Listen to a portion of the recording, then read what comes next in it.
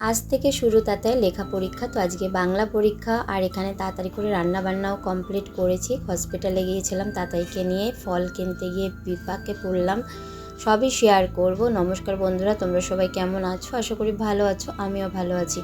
পুরো ভিডিও দেখো, ভালো লাগলে অবশ্যই লাইক কমেন্ট শেয়ার করো। তো বিছনা তোলা কমপ্লিট, আর এখানে আমি সকাল সকাল রান্না করে নিচ্ছি আজকে, তার কারণ তাতাইয়ের ভ্যাকসিন রয়েছে, তো ওই কারণে যাব। তো তাতাইয়ের আবার পরীক্ষাও আছে, আর ভ্যাকসিনের টাইম 10টা থেকে 1টা, আর তাতাইয়ের পরীক্ষার টাইম হচ্ছে 11:30 থেকে 12:30। তো হাতে টাইম বলতে 12:30টায় বেরোবো। তো তাতাইকে নিয়ে তারপরে যাব হসপিটাল। আর এখানে মায়ের জন্য, শাশুড়ি মায়ের জন্য খিচুড়ি, আর তাতাইয়ের জন্য খিচুড়ি বানিয়েছি। তো সৃজিতা খেয়েছিল চিড়ে দই, আর আমি খেয়েছিলাম মুড়ি আর দই, কারণ আমরা তো ভারী টিফিন খাই না দুইজনে, ওই কারণে। আর মা যেহেতু অসুস্থ, সেহেতু মায়ের জন্য পরীক্ষা করেছিলাম খিচুড়ি, আর তাতাইয়ের জন্য যেহেতু ভ্যাকসিন দিতে যাবে, তো তাতাইয়ের জন্য নিয়েছিলাম। খুব একটা খাইনি, 2-3 চামচ খেয়ে ডিমটা খেয়ে আর খাইনি। তো তাতাই এখন রেডি হয়ে গেছে পরীক্ষা দেওয়ার জন্য। ওকে বললাম পরীক্ষা ভালো করে দিও। আর এখানে এতই রোদ যে সৃজিতা মুখ পুরো ঢেকে নিয়েছে, এখন তাতাইকে দিতে যাচ্ছে সৃজিতা। আর আমি এদিকে ঝটপট করে কিন্তু রান্নাটা করে নিচ্ছি। তো তাতাইকে আজকে রেডি করতে করতেই আমি রান্না করছিলাম, নাহলে টাইমের সাথে পেয়ে উঠতাম না। যেহেতু 12:30টার সময় ওর ছুটি হবে, আর 1টা পর্যন্ত ভ্যাকসিন দেয়, মানে আমার হাতে থাকছে আধ ঘন্টা।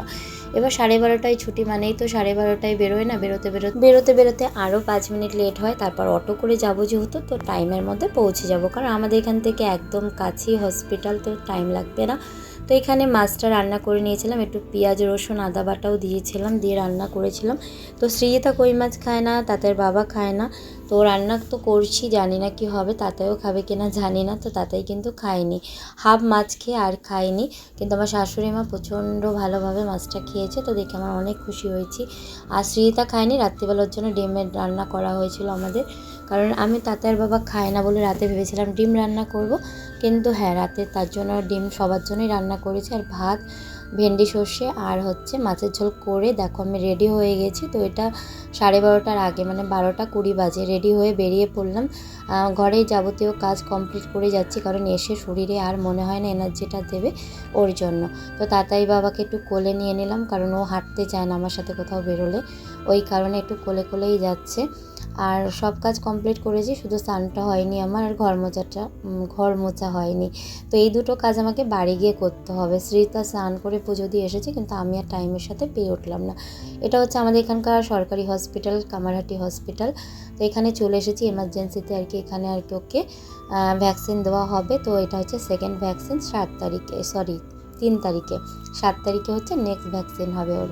তো ওর একটু ভয় পায় না, দেখতেই পারছো। আর ও যখন ভ্যাকসিন দিয়ে বেরিয়েছে, মানে ভ্যাকসিন যখন দিচ্ছে, সবাই অবাক যে এত বাচ্চা কান্না করছে, শুধু একমাত্র ও কান্না করেনি, পুরো স্ট্রংভাবে ভ্যাকসিন নিয়ে বেরিয়েছে। সবাই ওর গালে আদর করছে।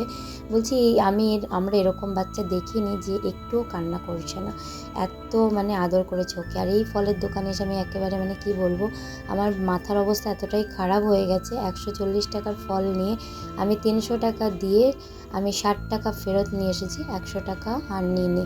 তো আমার মাথাটা একদমই গেছে। আমি পরে যখন হিসাব করছি টাকা, তখন আমি সৃজিতাকে বলছি আমি না ভুল করে ওখানে অনেক টাকা বেশি দিয়ে চলে এসেছি। কিন্তু তখন আমি যেহেতু বাড়ির কাছে চলে এসেছি, এখন যেতে গেলে আবার 40 টাকা খরচা হবে। আর 40 টাকা খরচা দেওয়ার পরও যে আমাকে সেই টাকাটা ফেরত দেবে এমনও নয়। তা যাক, আর 100 টাকা গেছে। তো ভাত খাওয়ার পর এই যে সৃজিতা এখানে পেয়ারা মাখা করেছে, তো খাচ্ছি। তো আজকে ভিডিওটা এখানে শেষ করলাম, টাটা, সবাই ভালো থেকো।